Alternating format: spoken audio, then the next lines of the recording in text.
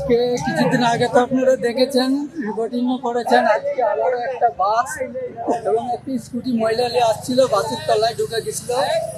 এইটা আমরা একটু উদ্ধার করে হসপিটালে এখন পাঠানো হয়েছে। কজন ছিল? ছিল বলতে একটা মহিলা ছিল আর একটা বাস। আমাদের মাঝে রঞ্জন কুন্ডুরাও এসেছে, যাচ্ছিল। আপনাদের দ্রুত গতিতে যায়।